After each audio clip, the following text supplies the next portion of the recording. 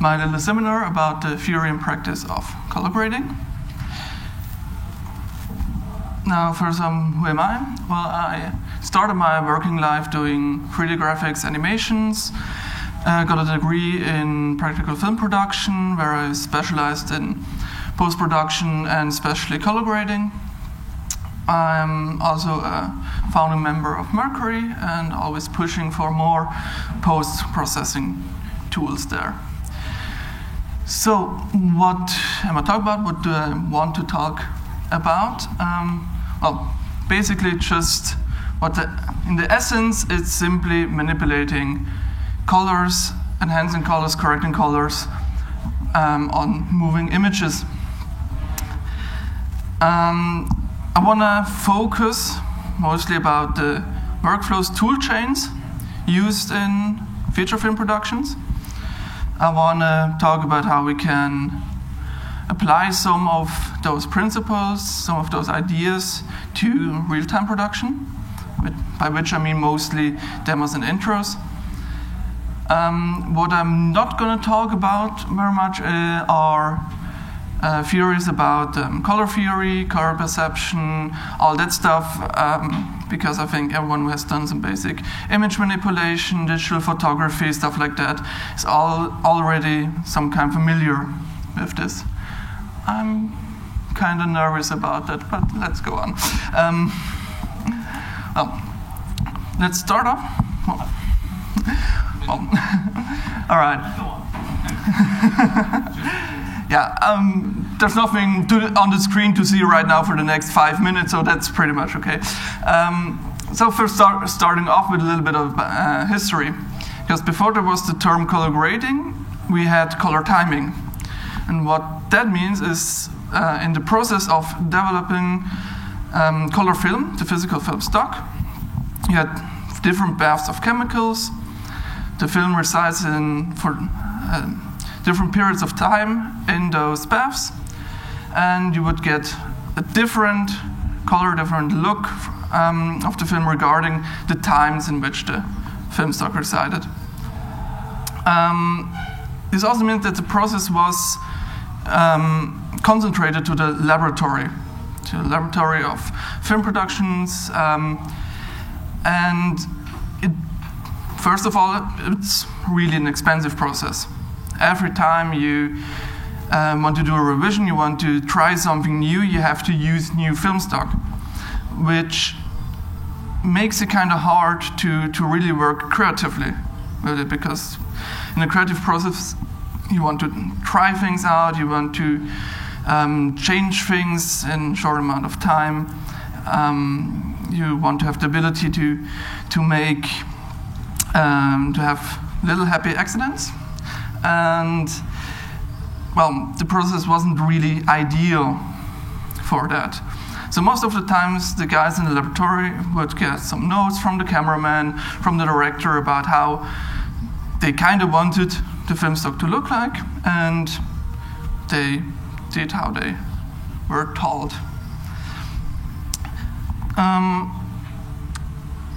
Now, moving over to modern color grading, basically this process became what we now know as color grading process once the tools to do so started incorporating actual color timing parameters to their software, which is kind of a nice little anecdote, because once the guys who already did the work had tools which allow them to transfer their knowledge into a digital realm, they started producing really interesting work. And it became clear that once everything in the process was digital and everything became doing revisions, doing more stuff just became cheaper, it was quite clear that, well, you could work creatively with those tools. So we are now in the situation where color grading at the very end of a post-production workflow is used as a creative tool, besides being a tool to correct some things. And also became a tool to enhance the narrative of a given story. Just as a little example, where it really shines is if you do something like a fantasy movie. If you do something where maybe you want the grass not to look real, but to look just a specific, have a specific value which you would not get in a real situation. I'm just a little confused right now. Sorry about that. So I think I have to restart that right now. All right. So again, talking a little bit about the current. Just let it be. Just let it be. Just getting a big picture of how does a classical color grading workflow for feature film look like. Well, once the picture is edited, is cut, and you have a rough idea how the final product will look like, it will get transferred to someone who is responsible for the final color grade, for the final colors in the image. This is mostly the last step in the whole production pipeline, meaning that once the grade is finished, the visual product is finished. There may be changes to audio, there may be little changes here and there, but overall, you want to have the product finished and done. This leads to quite a few special requirements for the tools used in color grading.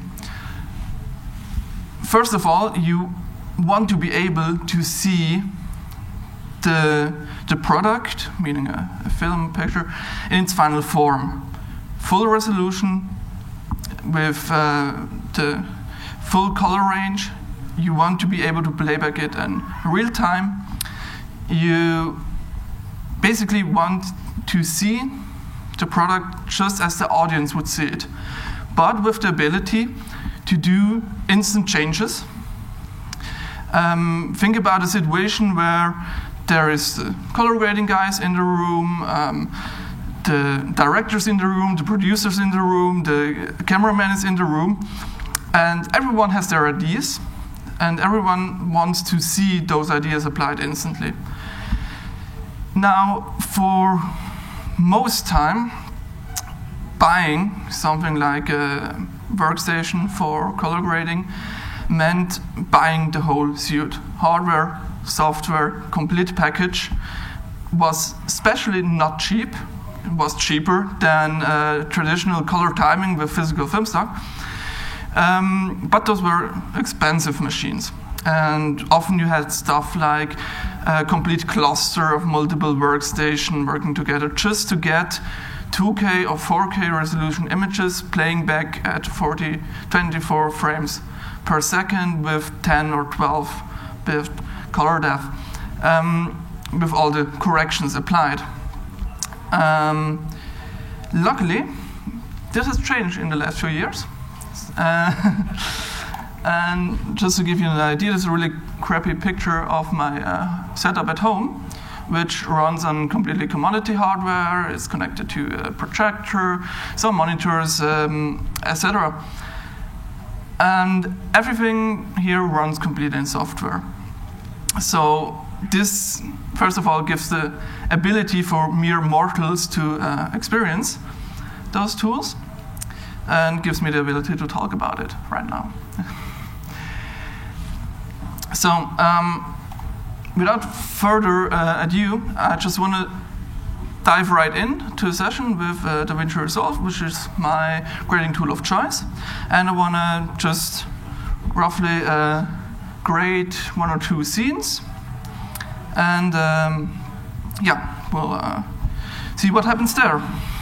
So, I really hope this works with everything. So.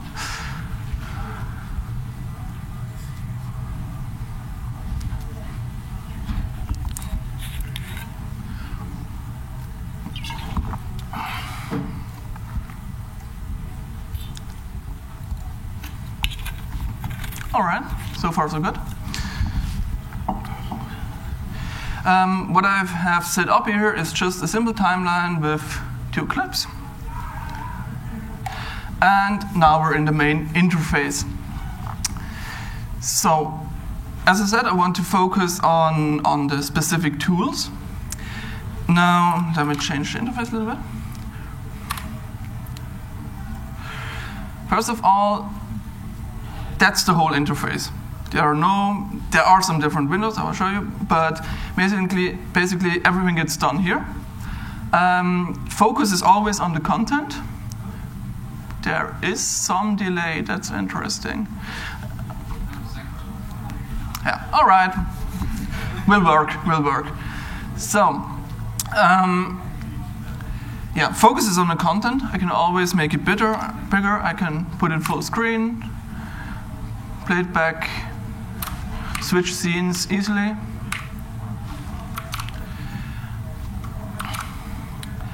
Now, all my tools, the timeline is also simplified. That's something which I find quite interesting, because we do not want to edit the timeline, we just want to be able to navigate it quickly and easily. So that's just a simplified version of the timeline. All my corrective tools, all the tools that used to grade, are at the bottom. They are grouped into tabs. And on the left are basically all the tools available to do the basic color manipulation. That's all of it.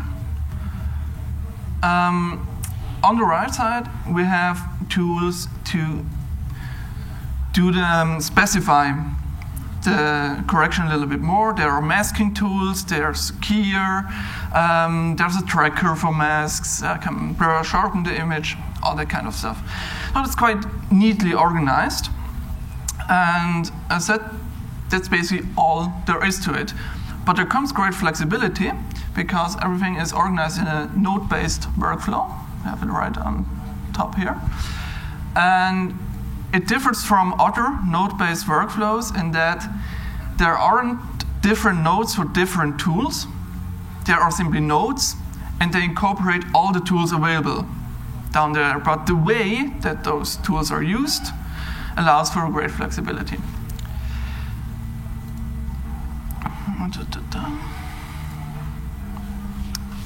So, oh no, that's kind of interesting. Sorry about that.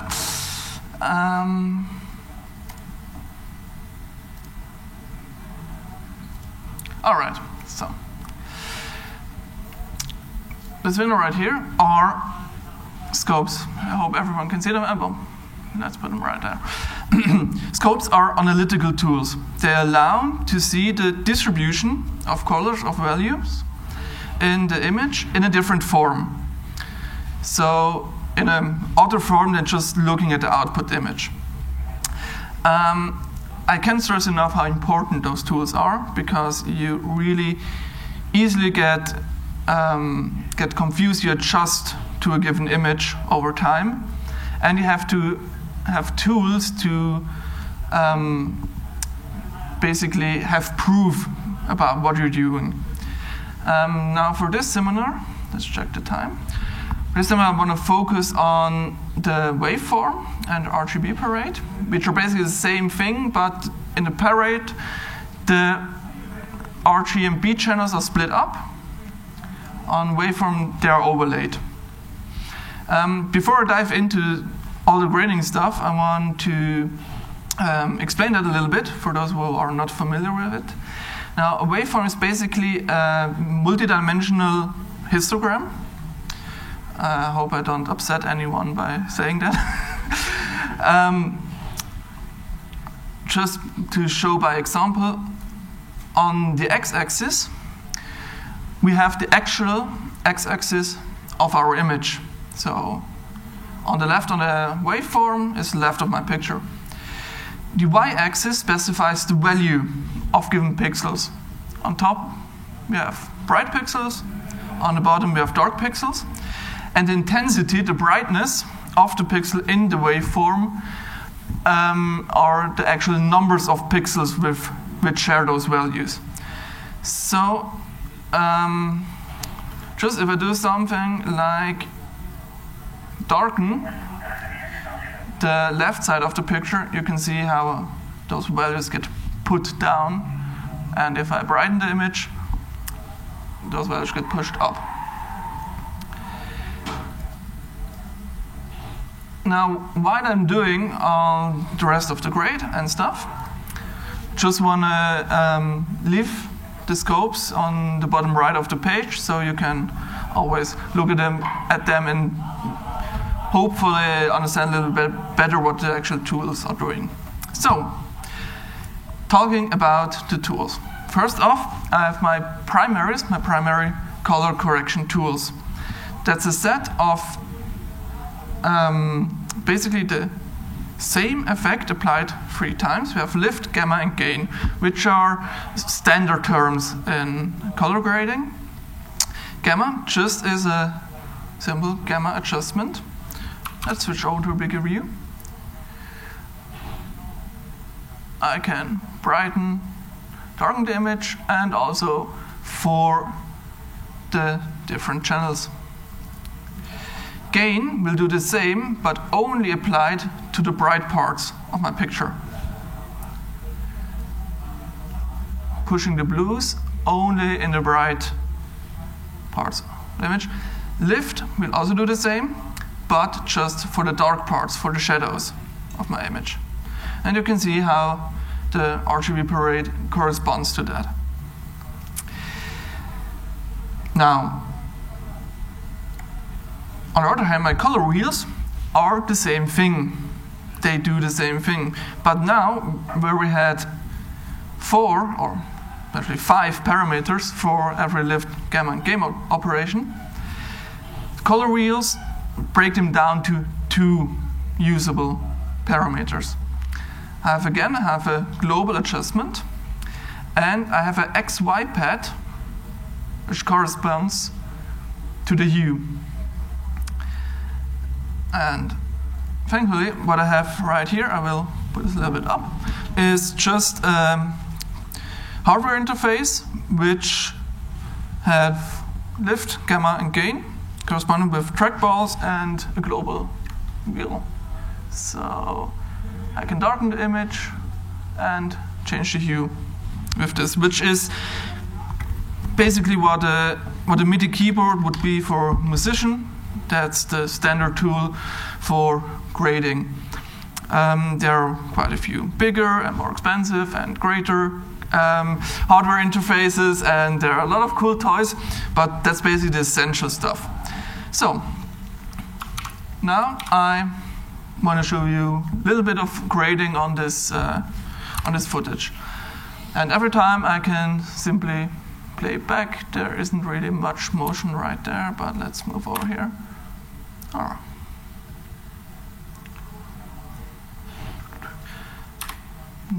All right, done. So first of all, it's a little bit bright, so I'll darken the overall image. Do standard, make the shadows a little bit more blue. I hope everyone can see those. Maybe not that much blue, but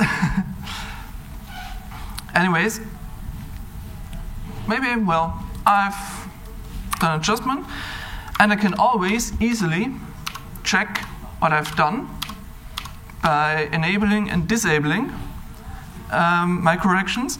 And if we look at the nodes, this simply enables and disables the node. Everything is a completely non-destructive adjustment. Now, maybe let's darken a little bit more. Oh. Yeah, let's say, well, everything's great, but I don't really like how all this green stuff looks right now. So, what I can do is add another node, which is just the same as the first node, but this time I'm going to apply a color selector,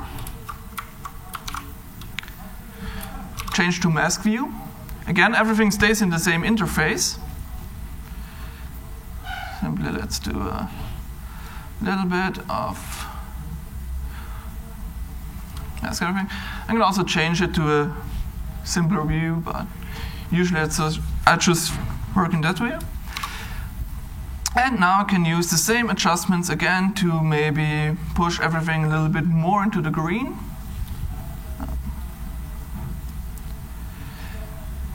I will do a really strong adjustment right now. You can see in the scopes how those greens get adjusted in the image. And again, I can simply enable or disable this node or all the nodes altogether.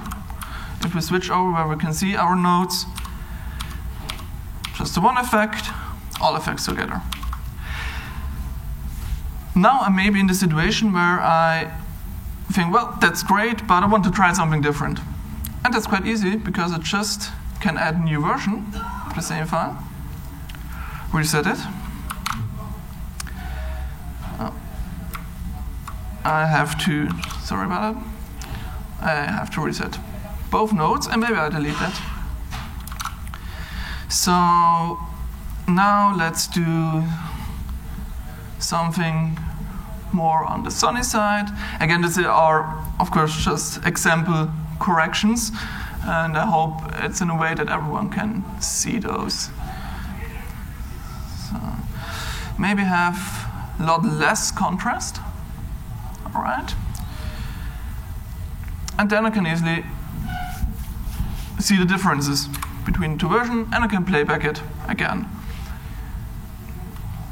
What I really like about most of the thing that I've done right now is that everything runs quite smooth and fluid.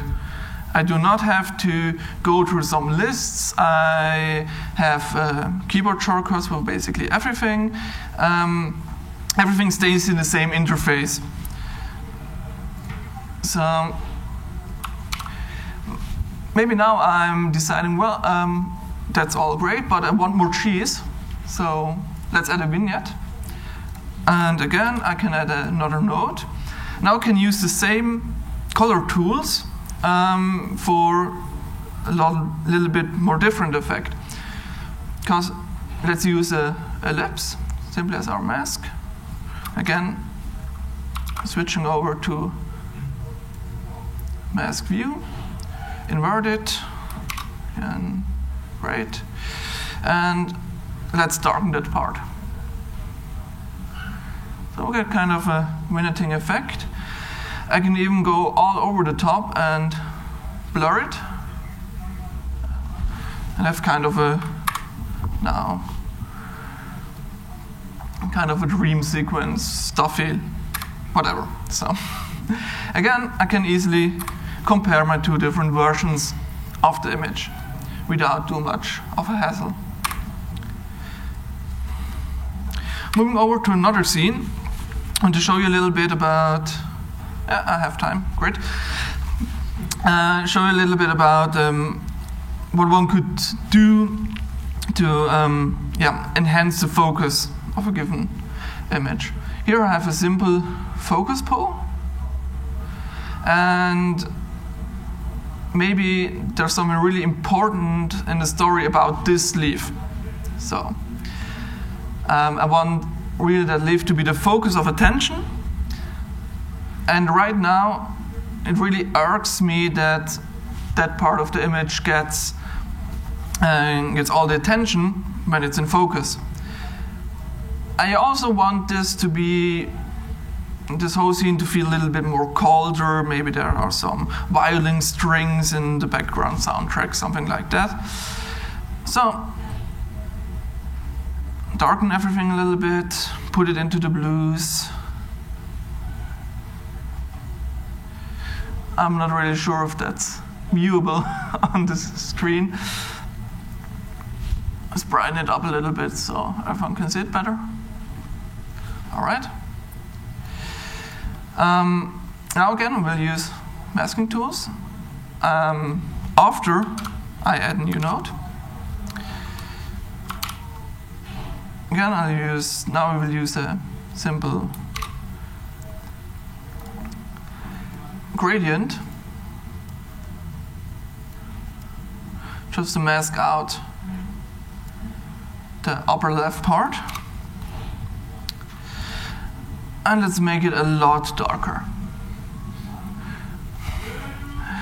So we get a lot more focus on the middle and bottom right part of the image. And now if I play it back, there's still quite a few focus, so let's blur it just a little bit. Doesn't hurt anyone. And maybe also push it way more into the blues and greens, because red always screams attention.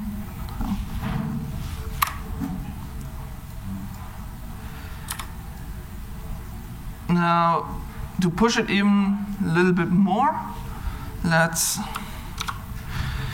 add another node.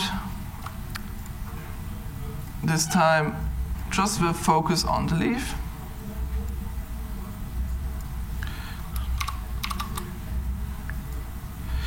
And I can go full screen for that. I would just brighten that up a little bit. Give it a little more yellow.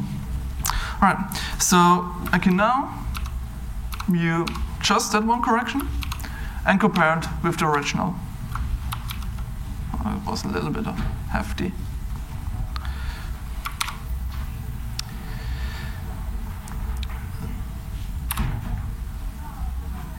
So we now compare this, the original version, the focus shifted more to the leaf. It's basically just an effect by reducing the information in the image, reducing it to a point where we instantly will look at a specific part of the image. So, to repeat myself a little bit, why do I like this workflow? Why do I like working this way? Well, basically because it's, in principle, it's really simple. I used 3 different tools in the whole process. I used the color wheels, lift, gamma, gain. I used, in the scene before, a color selector to do a mask. And I used geometric masks to make a selective adjustment. And I also use a little bit of blurring. But the way the tools work allows for a really, what I like to call flow, the flow-in workflow, which really is it becomes a joy to use and to try out different things when you always know, well, I just try a new version, try something out, can go back all the time, nothing is destructive. I can just add another node and try to fix something. I can delete it if I don't need it. All that stuff. Having just a tool which does not a lot of things, but do them really well and in a flexible way, is something which I really like to work with. So, we don't need to save. Moving over, I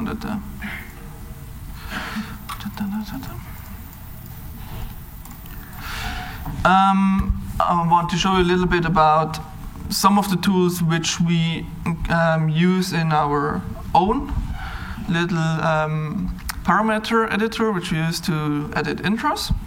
Let me check the time again. Everything's well. All right.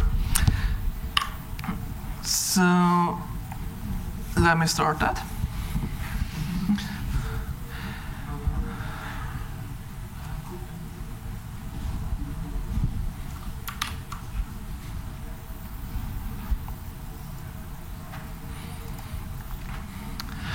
All right, so that's basically it. And keep in mind, it's just a parameter editor, it's a content creation tool. And let me just change the interface a little bit.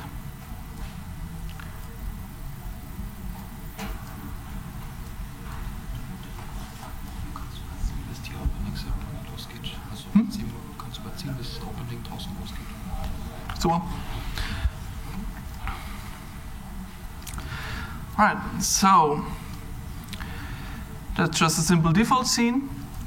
We have a timeline and we have some parameters that we can change. Yep. First of all, let's have our gray clip. And what we have here are, again, lift, gamma, gain controls. Let me move to a more interesting position. So again, I can change shadows a little bit. Yeah, let's do something quite extreme for everyone to see. All right. Push the gain a little bit. Sadly, I can't use the hardware controller right now. We'll see how that works in the future. I also have saturation controls for lift, gamma, gain, so for midtones, shadows, and highlights. And I also have some scopes. So I can instantly, so I don't have to rely on my eyes and on my perception of the scene. I can easily see that, well, the black values are really out of the range. I can bring those back. Maybe I can add a little bit more green to the scene, add a little bit more blue to the scene. And, well, they work fluidly in real time, adjusting. Now I can, let's say, I'll add another keyframe, another set of colors, adjusting those, and I have little animated colors into the scene. That's basically it. So we also have a little overlay tool, which is simply used to, there we go, a little bit.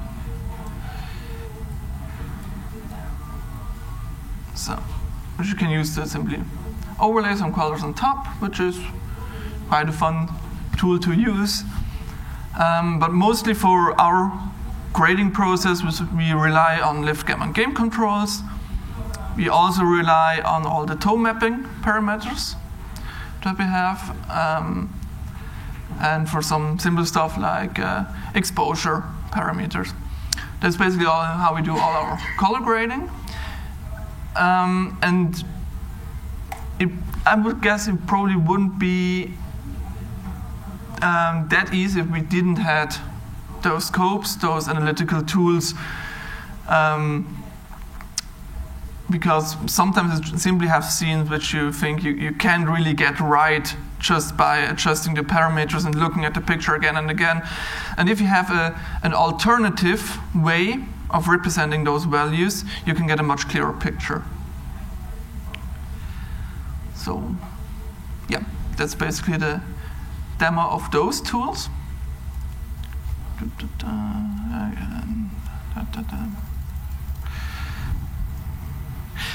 Now, I just want to answer a little question which I get asked quite a lot. And that's, well, why not just use lookup tables for manipulating colors? Because, well, it's quite intriguing. You have an artist working in Photoshop, After Effects, some different tools, can export a lookup table of an adjustment that he made. And you can import those to your tool or your engine and have the same adjustments applied. I think that's a great thing to have. There's nothing really which why you shouldn't do it. I just think maybe you miss out on some of the possibilities, some of the chances which you have if you really try to find an own set of tools, have highly specialized tools. You can start to have a much greater flexibility, and from flexibility and a good workflow can come a lot of creative ideas. Because, well, maybe to put it in other words, if you simply reuse as an already existing workflow and applying it, maybe you miss out of some different and new ideas. Also, again, those analytical tools are essential. I could not think about doing color grading on a professional scale or for feature film without having alternative representations of those colors. Simply just because it gives you a way to prove something. It gives you a way to see, no, those values are not clipped. That's just a simple showcase which shows why those tools are essential.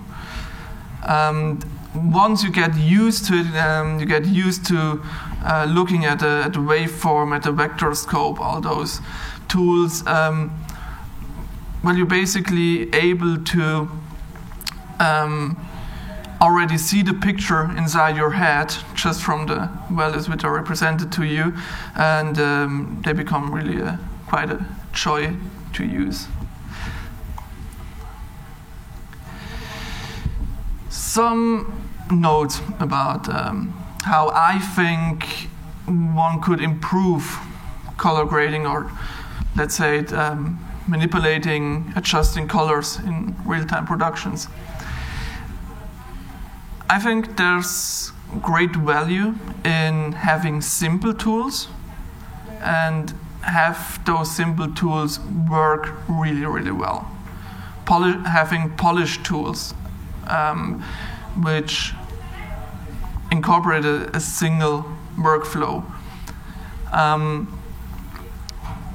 Those are quite basic ideas, but I much rather would like to work in tool and software to color grading in an environment which has few tools, and I exactly know what they are doing and how I can use them and how I can try out new things.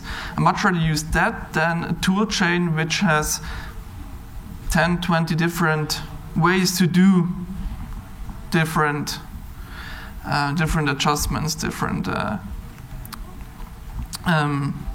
working on different ideas. Which also is kind of this idea of mine that, again coming back to the flow in workflow, have something which feels fluid to use, which also means that you get instant responses every time, and you don't have to pre-process anything or load some more data to see what you're actually doing.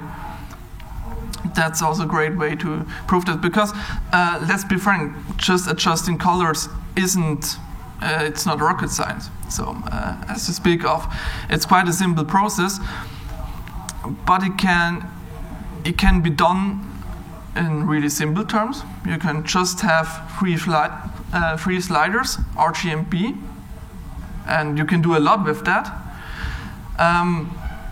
But you can also create highly specific, highly detailed tools to do a lot more than just adjusting RGB. Again, some notes, some ideas that I just want to communicate and tell you. I think it's always a great thing to focus on one thing at a time and try to do it well.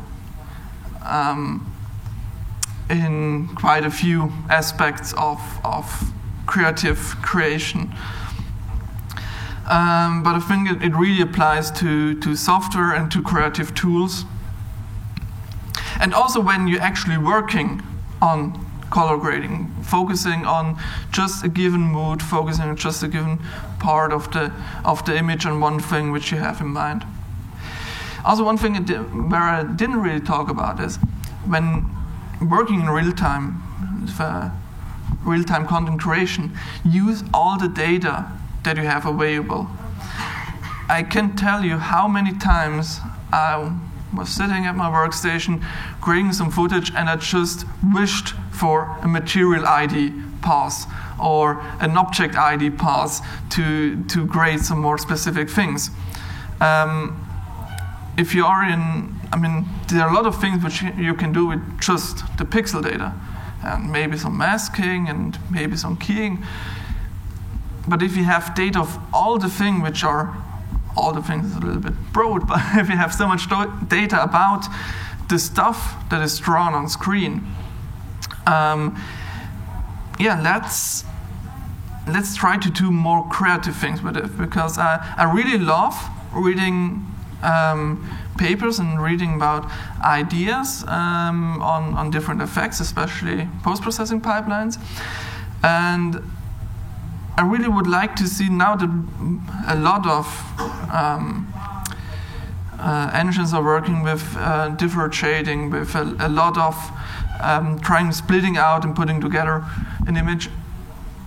Well, I would love those data to be exposed to artists, and maybe just let them run wild with it.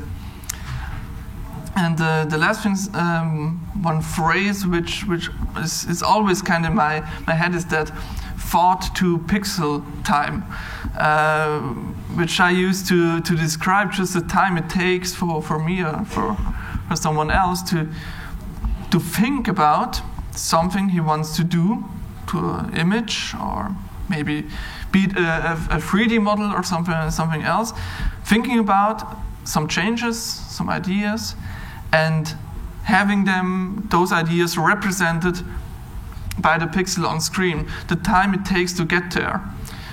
Trying to minimize this as much as you can, I think is of great value. And one example would be the idea of those color wheels, of having XY pads to adjust the hue in an image. It's really simple we have RGMP channels, let's use RGMP sliders. But combining parameters in the user interface, or thinking of new ways to represent parameters in the user interface, can lead to can help to drastically reduce that time. If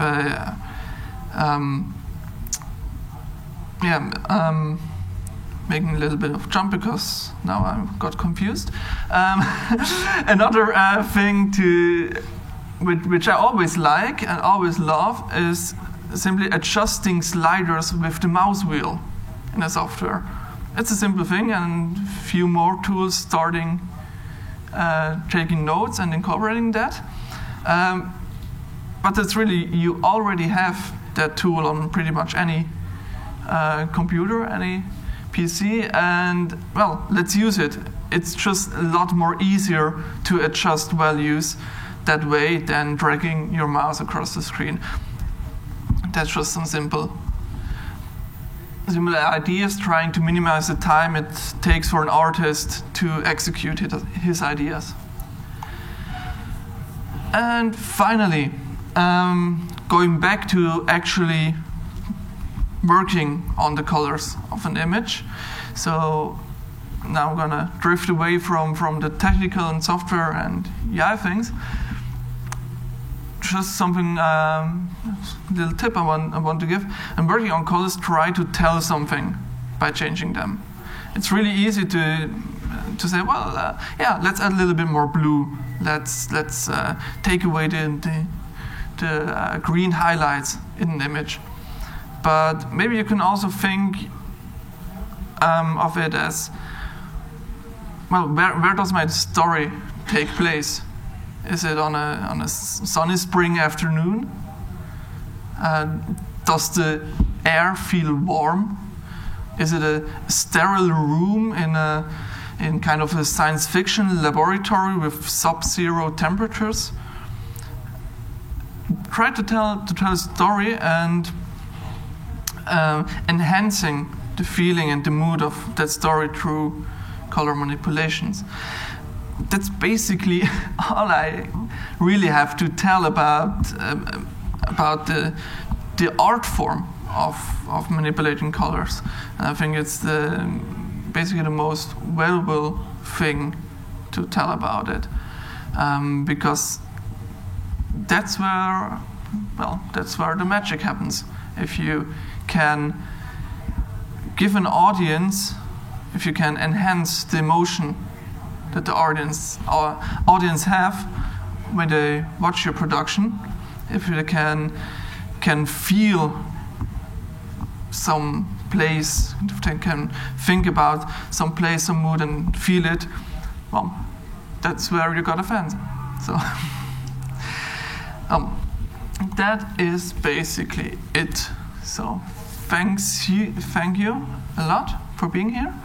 And I know that this was really a lot of incoherent rebel and anecdotes and some little demo stuff.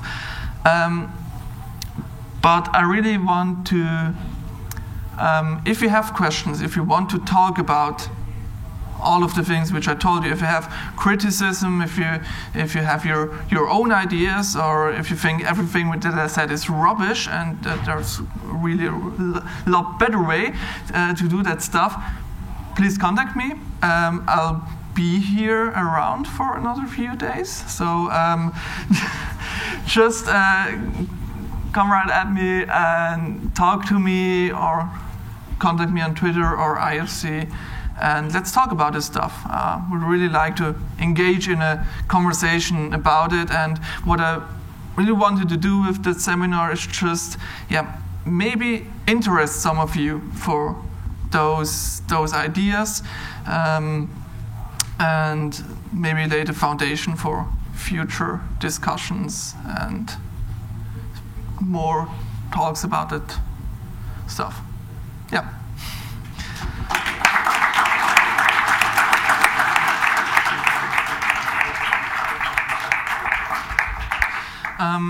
Do we have time for direct questions? Sure.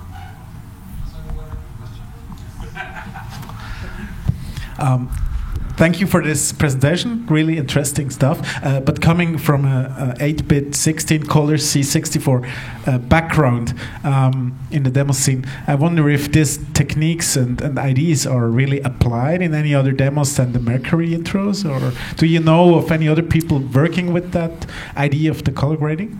Yes. Good. Yes, I know of some other few groups which have incorporated the ideas, and I know of some tools which have really applied lift gamma gain controls and or stuff like that. But they are all on the PC side of things. I haven't really. I would really be interested in a Amiga group trying to test some of those ideas. Would be interesting. Yeah.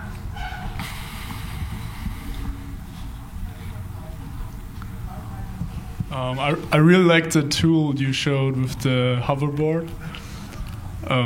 I forgot the name, sorry, but I wanted to ask, what other analytical tools do you use for displaying color information or display pixel information? Not really that much else, actually. I have to ask again, do you especially mean the analytical tools, the waveform, or the tools to actually manipulate the colors? I wasn't really sure about. The analytical tools, like the parade you showed? Yeah, what I can tell is basically all color grading tools which are used in feature film and commercial work are using pretty much the same tools. They are kind of an industry standard, just like the lift gamma gain controls. And there are also plugins for After Effects, for example. but I'm always sad to see that something like that isn't already in there out of the box.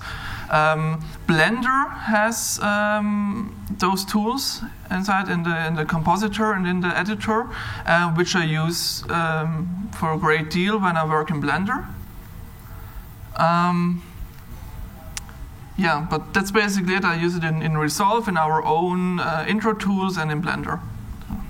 Okay, thank you. There are also hardware interfaces, which you can put a video source directly into them and display just those analytical tools.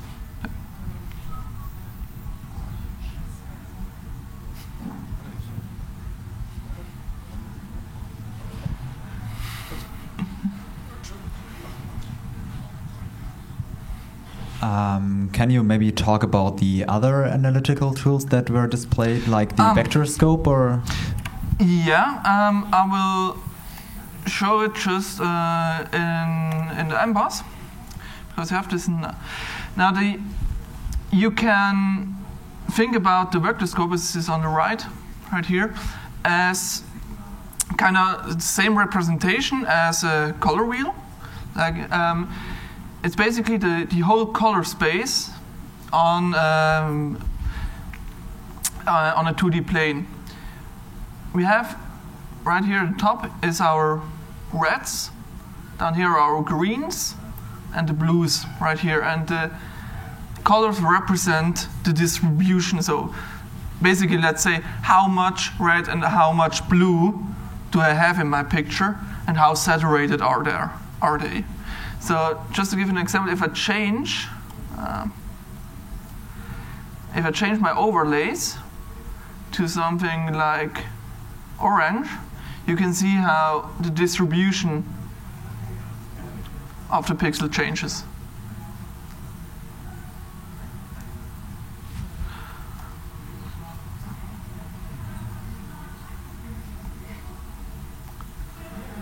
So now I can look at the vector scope and just tell, well, that's a green and blue image right there.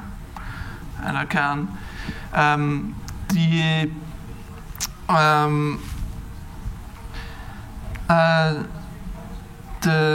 the place on the vector scope from inside to outside represents the saturation of color. And again, the brightness of the pixels represents how many pixels share those values. And where it really shines, if you want to do something really specific, like skin tones, which are something which you really have to get right, otherwise everything looks horribly wrong. And a lot of grading tools will display a single line about here, between the red and the yellow part of the spectrum. And there's just where your skin colors are, and you can grade it to match those. And we're finished.